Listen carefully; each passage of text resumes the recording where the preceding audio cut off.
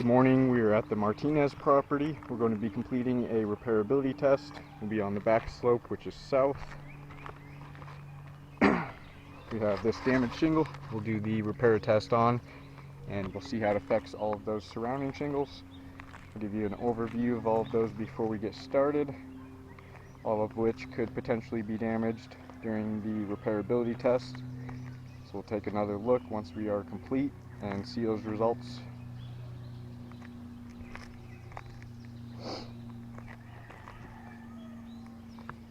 For my tools, I'll be using a flat bar, putty knife, hammer, and roof snake. We have this 45-degree tool that we use to give us a visual for what 45 degrees looks like. Slide that underneath the damaged shingle.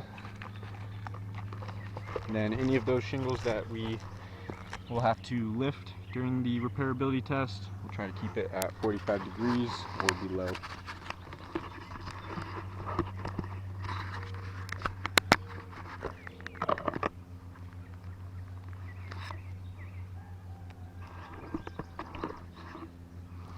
Alright, we'll go ahead and get started. Start by unsealing all of those surrounding shingles. We'll use the putty knife to unseal the top shingle.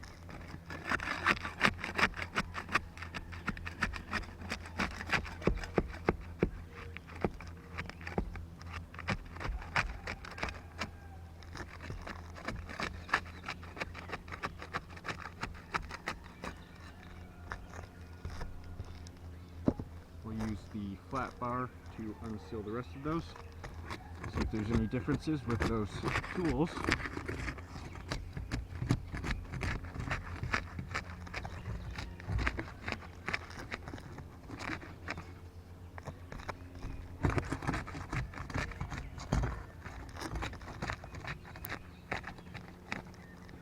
Now we'll start removing those nails.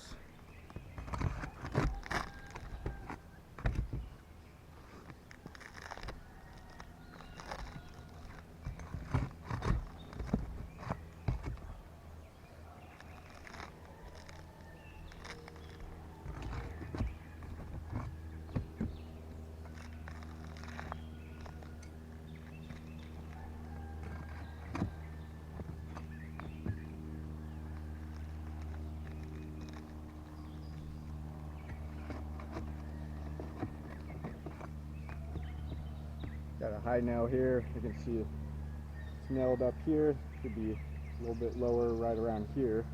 So just to let you know, we may have to manipulate these shingles a little bit more than we'd like to with those high nails.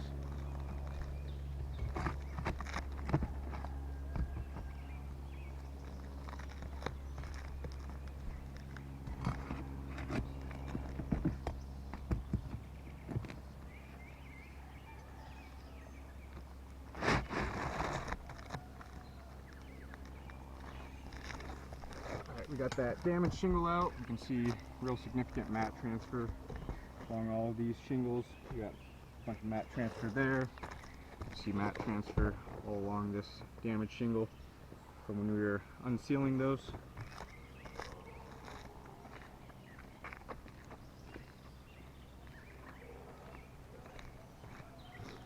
Slide this new shingle in, get it all lined up nicely.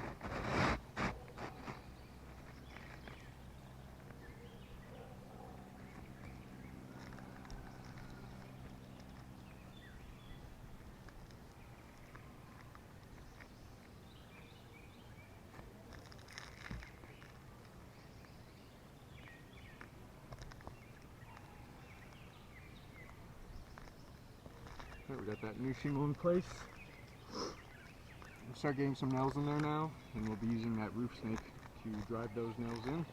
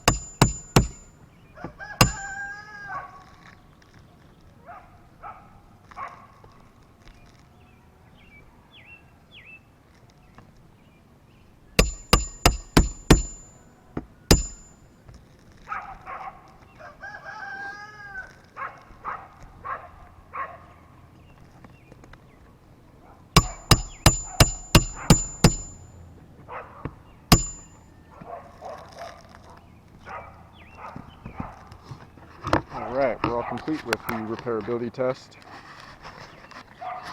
Give another overview of all of those surrounding shingles.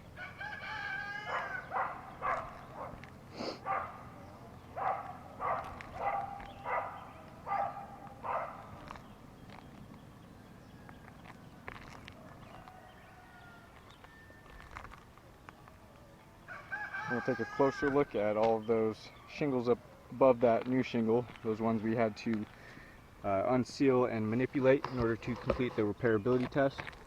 Just clear off some of this chalk and debris.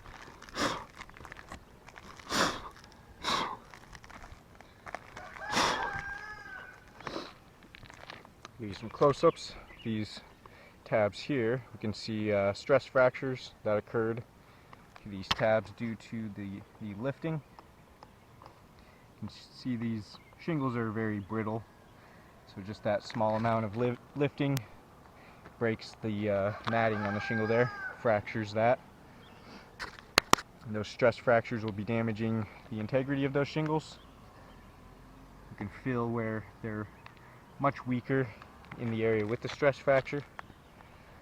So that's going to not allow those shingles to do what they're designed to do. They are designed to shed water. And with the matting being the main component for that, now that the matting is broken, those water shedding capabilities are going to be compromised.